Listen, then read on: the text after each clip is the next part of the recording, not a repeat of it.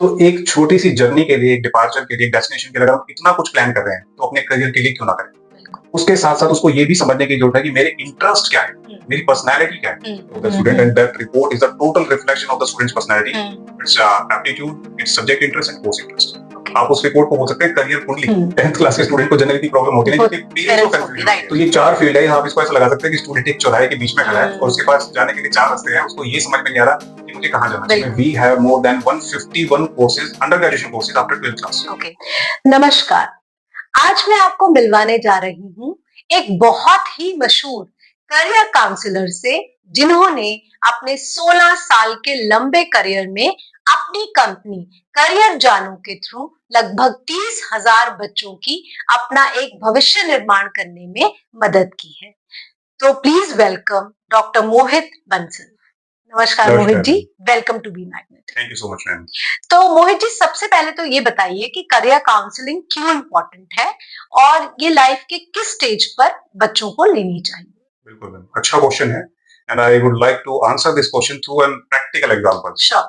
हम जनरली कभी भी अपनी कोई जर्नी प्लान करते हैं, हमें कहीं अगर जाना है तो जनरली हम क्या करते हैं, अगर नई जगह है तो जहां हम पहले नहीं गए हुए, हम आसपास के लोगों से पता करते हैं या उन लोगों से पता करते हैं जो उस जगह पर पहले गए हुए हैं बिल्कुल। कि यहाँ जाने के लिए कौन सा रास्ता ठीक रहेगा।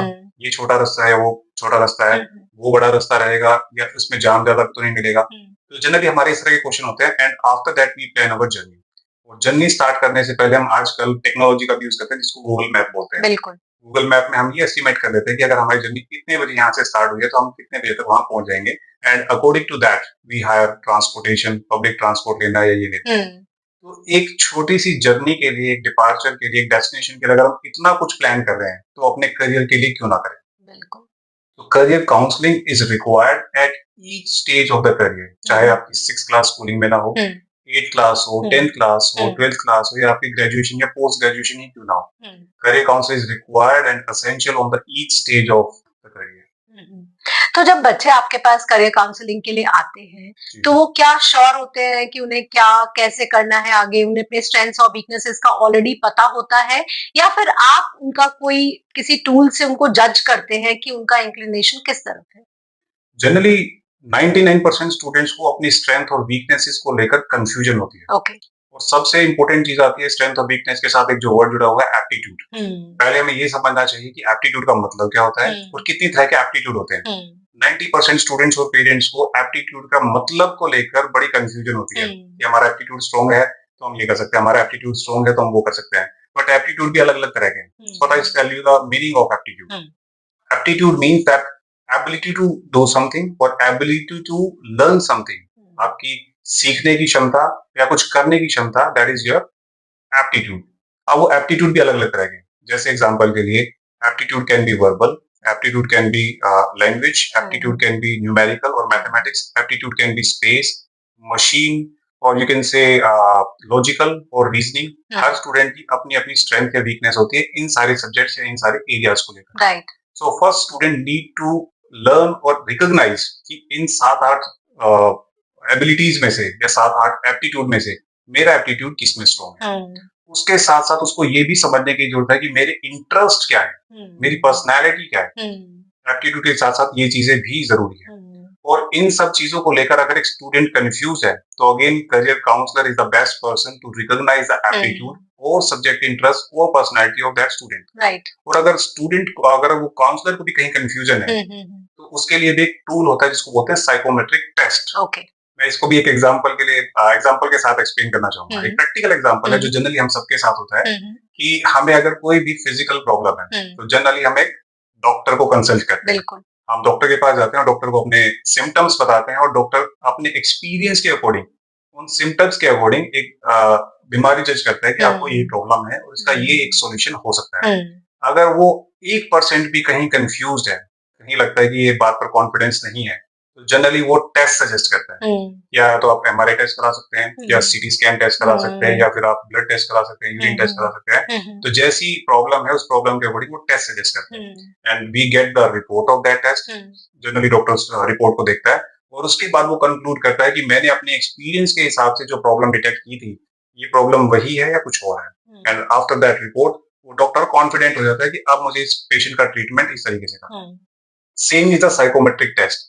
वो एक ऐसा टेस्ट है जिसमें हम स्टूडेंट्स के जनरली कुछ कॉमन क्वेश्चंस होते हैं, कुछ जनरल क्वेश्चंस होते हैं, कुछ पर्सनल क्वेश्चंस होते हैं, वो स्टूडेंट से पूछे जाते हैं, and after that we get a report, detailed report of the student, and that report is the total reflection of the student's personality, its aptitude, its subject interest and course interest. Okay. आप उस report को बोल सकते हैं career कुंडली। मैं generally इस word term use करता हूँ, करियर कुंडली। तो वो एक रिपोर्ट नहीं, एक करियर कुंडली है जिसमें साफ साफ ये पता चल जाता है कि इस स्टूडेंट के ये सारे इंटरेस्ट हैं, और इन इंटरेस्ट के हिसाब से अगर स्टूडेंट आगे चलता है तो उसको करियर में ये करना चाहिए, और उस करियर करने के बाद आगे ये अपना परसू कर सकता है। So this kind of psychometric test is available with some renowned counselors. Okay. तो मोहित जी 10th और 12th माइलस्टोन्स माने जाते हैं स्टूडेंट के करियर में। तो 10th और 12th के जो स्टूडेंट्स होते हैं वो आपसे किस तरह की काउंसलिंग जो है एक्सपेक्ट करते हैं? जनरली 10th क्लास के स्टूडेंट्स और उनके पेरेंट्स, 10th क्लास के स्टूडेंट को जनरली इतनी प्रॉब्लम होती है क्योंकि पेरेंट्स को कंफ्यूजन होती है। मैं पेरेंट्स को हमेशा साथ लेता हूँ क्योंकि parents are the one who are the first educator और टीचर ऑफ द स्टूडेंट। अपने बच्चे के सबसे पहले शिक्षक माँ बाप होते हैं। तो उनके साथ सबसे बड़ी कंफ्यूजन ये होती है कि generally we have divided our education system after 10th class into 4 segments. Basic segments are first is of course arts और humanities, then commerce, then non medical and medical. तो ये 4 फील्ड है। आप इसको ऐसा लगा सकते हैं कि स्टूडेंट एक चौराहे के बीच में खड़ा है और उसके पास जाने के लिए 4 रास्ते हैं। उसको ये समझ में नहीं आ रहा कि मुझे कहाँ जाना चाहिए। उसको लगता है कि मुझे इकोनॉमिक्स में भी इंटरेस्ट है, बट साथ साथ मुझे बायोलॉजी भी अच्छी लगती है। उसको लगता है कि मुझे बिजनेस स्टडीज में भी इंटरेस्ट है, बट मुझे फिजिक्स भी अच्छी लगती है। तो ऐसे में उसका इंक्लिनेशन कहाँ ज्यादा है? Again career counsellor is the best person to recognise कि आपका बिजनेस स्टडीज में नहीं, आपका फिजिक्स में इंटरेस्ट ज्यादा है, आपका बायोलॉजी में नहीं, आपका इकोनॉमिक्स में इंटरेस्ट ज्यादा है। तो जो इंटरेस्ट ज्यादा है उस इंटरेस्ट के हिसाब से करियर काउंसलर स्टूडेंट को अपनी स्ट्रीम सजेस्ट करने में, सेलेक्ट करने में मदद करता है। First is this is 10th class. 12th class की कंफ्यूजन अलग तरीके के हैं। वहाँ कंफ्यूजन सब्जेक्ट्स का नहीं है, वहाँ कंफ्यूजन कोर्स का है। हमारे पास हमारे इंडियन एजुकेशन सिस्टम में we have more than 151 courses, under graduation courses after 12th class. Some are based on humanities, some are based on commerce, some are based on non medical and some are based on medical. और इनमें से कुछ हैं जो किसी भी stream के बाद किए जा सकते हैं। अब वही बात है, स्टूडेंट को लगता है मुझे जर्नलिस्ट बनना भी अच्छा लगता है, फिर लगता है कि मुझे आर्किटेक्ट भी बनना चाहिए। उसको लगता है कि मुझे डॉक्टर भी बनना है, बट साथ साथ लगता है कि मुझे एक आर्टिस्ट बनना चाहिए। उसको लगता है कि मुझे टीचर भी अपनी तरफ खींचता है, लेकिन लगता है कि मुझे डॉक्टर भी अपनी तरफ खींचता है। तो इस तरह की कंफ्यूजन में generally student need the guidance कि मुझे कौन सा करियर अपनी तरफ ज्यादा आकर्षित करता है, किसके लिए मैं बनाऊं, मेरे सब्जेक्ट इंटरेस्ट, मेरा ऑब्जेक्टिव्स कहाँ सूट करते हैं। Again for that counsellor is required. फिर एक सबसे बड़ी आज के टाइम पर जो प्रॉब्लम है, एक स्टूडेंट के पास हायर एजुकेशन के लिए कम से कम भी 400 यूनिवर्सिटीज और कॉलेजेस हैं इंडिया में। और एक जनरली एक 12th क्लास के स्टूडेंट को आज की डेट में डेली 20 से ज्यादा कॉलेज और यूनिवर्सिटी से कॉल आते हैं कि आप हमारे पास एडमिशन ले, आप हमारे पास एडमिशन ले। और स्टूडेंट और पेरेंट का ये फर्स्ट टाइम होता है, एक ऐसा एक्सपीरियंस होता है जो उसको दोबारा नहीं मिलेगा। 12th के बाद अचानक से उसके पास भीड़ लग जाती है कॉलेज और यूनिवर्सिटीज की, और हर कोई अपने आप को अच्छा बताता है। ऐसे में वो कैसे पता करे कि उसके लिए कौन सा सपनों का कॉलेज रहेगा, कौन सा ऐसा कॉलेज रहेगा जो उसके सपने साकार कर देगा। तो again counsellor is required at that point. Counsellor ही है जो बता पाएगा कि आपकी एप्टीट्यूड और स्किल्स के हिसाब से this is the best college for yourself. So what are the expectations of the kind of college the students wants to go in? क्या expectations होती है, मेरा कॉलेज किस टाइप का होना चाहिए, या what I want to gain from that? Generally student की एक्सपेक्टेशन या उसके जो पैरामीटर्स है, दैट इज गुड इंफ्रास्ट्रक्चर। देखने में अच्छा सा कॉलेज के बिल्डिंग चमचमाती हो, क्लासरूम अच्छे से हो, एसी लगाओ, this is the expectation. But beyond that there are various essential points which are to be checked and parameterized by a student. Like first is quality education.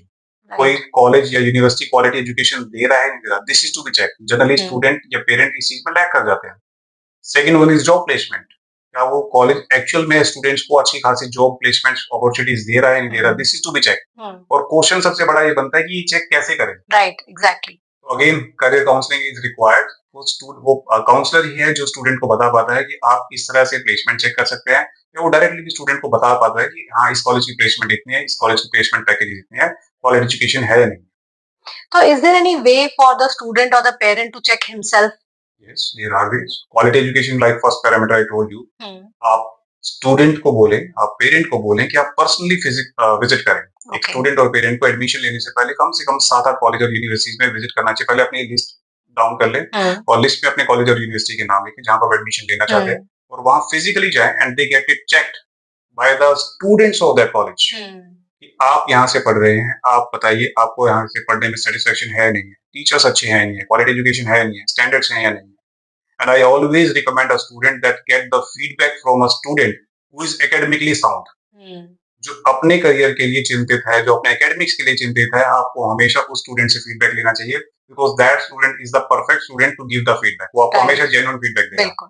अगर कोई student अपने career या अपने academics के लिए serious नहीं है तो वो कभी भी आपको जेन्युइन फीडबैक नहीं देगा। वो अपनी कमी नहीं निकालेगा, वो कॉलेज या यूनिवर्सिटी की कमी निकालेगा। बिल्कुल सही कह रहे हैं आप। So this is the thing. Right. तो कई बार क्या होता है मोहित जी कि बच्चा अच्छे कॉलेज में भी चला गया, अच्छे मार्क्स भी ले लिए, लेकिन फिर भी वो अनएम्प्लॉयड रह जाता है या उसकी जो एक्सपेक्टेशन होती है उस हिसाब से उसको जॉब नहीं मिल पाती है, तो उसके क्या रीजंस रहते हैं? The biggest reason for this problem, unemployment in India, for the good graduates, is lack of skills. Okay. I should say lack of industrial skills. उसने बुक्स बहुत अच्छे से पढ़ी है, उसने एग्जाम भी दी है, उसने अच्छे ग्रेड्स लिए हैं, अच्छे मार्क्स लिए हैं, अच्छी डिग्री बनाई है, अच्छी परसेंटेज बनाई है, बट ही और she never think of getting good skills, industrial skills.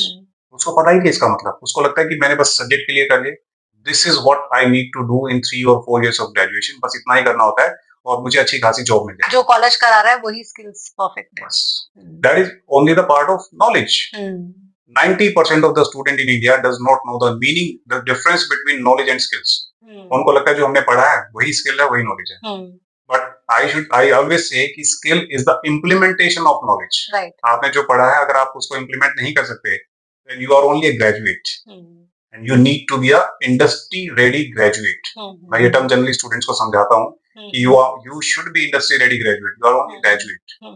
तो आप इसका मतलब बच्चों को स्किल्स भी सजेस्ट करते हैं कि वो क्या स्किल्स एक्वायर कर सकते हैं अपने कॉलेज के साथ जिससे वो प्लेसमेंट रेडी हो सके? बिल्कुल, 90% स्टूडेंट्स की प्रॉब्लम ये होती है, उनको लगता है कि जो हमने पढ़ा है बस दैट इज इनफ। उनको ये पता ही नहीं कि इंडस्ट्री में करना क्या है। आप 3 साल के 4 साल की ग्रेजुएशन के बाद कौन से प्रोफाइल पे जाएंगे, उस प्रोफाइल पे काम क्या करना है, उस काम को कैसे करना है, दैट यू डोंट नो। और यही सबसे बड़ी प्रॉब्लम है कि इंटरव्यू में पहले राउंड में बाहर आ जाते हैं। And this is the biggest problem of unemployment in India. So I always suggest them कि आप मैनेजमेंट प्रोग्राम कर रहे हैं तो आपके कम से कम ये स्किल्स होने चाहिए। आप कंप्यूटर ग्रेजुएशन कर रहे हैं तो ये होना चाहिए, आप फार्मेसी ग्रेजुएशन कर रहे हैं तो ये होना चाहिए, आप आर्किटेक्चर ग्रेजुएशन कर रहे हैं तो ये स्किल्स आपके पास एटलीस्ट होनी चाहिए। तो कई बच्चों को तो अपना रेज्यूमे भी बनाना नहीं आता है जी, तो उसमें भी आप उनकी हेल्प करते हैं? Yes, I always tell them that this is the way, these are the pointers which you should add in the resume. और इसके अलावा रिज्यूमे के साथ साथ इंटरव्यू कैसे क्लियर करें, एक कंपनी के सिलेक्शन प्रोसेस में कौन कौन से राउंड होते हैं, जनरली स्टूडेंट को यही नहीं पता होता। 90% स्टूडेंट सोचते हैं कि हमें एक कंपनी आएगी, हमारा एक इंटरव्यू होगा और इंटरव्यू के बाद सिलेक्शन हो जाएगा, but there are several round in a selection process. किसी अच्छी कंपनी के सेवरल राउंड्स होते हैं और उन राउंड को कैसे कैसे क्लियर करना है, this is a big thing and student need to learn that.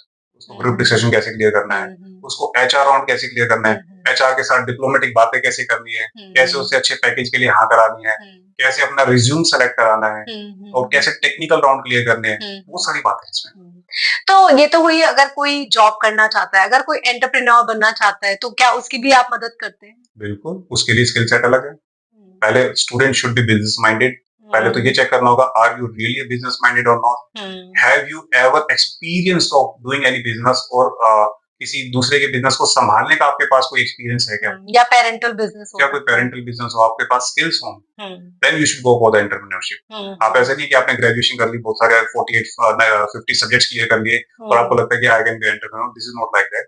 So that this is a big vast topic, तो इसके बारे में अलग डिस्कशन किया जाएगा तो ज्यादा अच्छा रहेगा। ओके, तो मोहित जी यदि आपसे कोई करियर काउंसलिंग लेना चाहे तो वो किस तरह से आपसे जुड़ सकता है?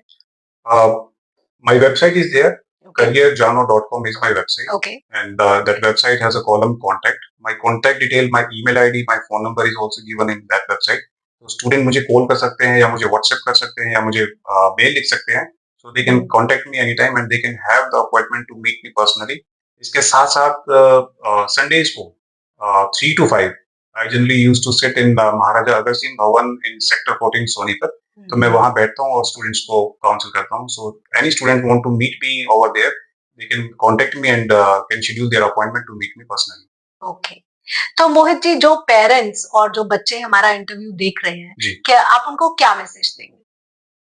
मेरा मैसेज पेरेंट्स पर ज़्यादा है, बिकॉज़ स्टूडेंट को तो पता ही नहीं होता कि उसको एक काउंसलिंग की रिक्वायरमेंट है। हुँ, क्योंकि मैं मानता हूँ कि 16 साल की एज में, 15 साल की एज में, 18 साल की एज में उसको इतना आइडिया नहीं है कि उसको एक काउंसलर की, एक गाइडेंस की, एक मेंटर की रिक्वायरमेंट है। But parents are the one जिनका एक्सपीरियंस उस स्टूडेंट से, उस वर्ड से बहुत ज़्यादा है। हुँ, तो उनको ज़रूर समझ होनी चाहिए इस चीज़ की that you need career counselling. हुँ, आपको आपके बच्चे के हर स्टेज पर आपको रिक्वायरमेंट है करियर काउंसलिंग की।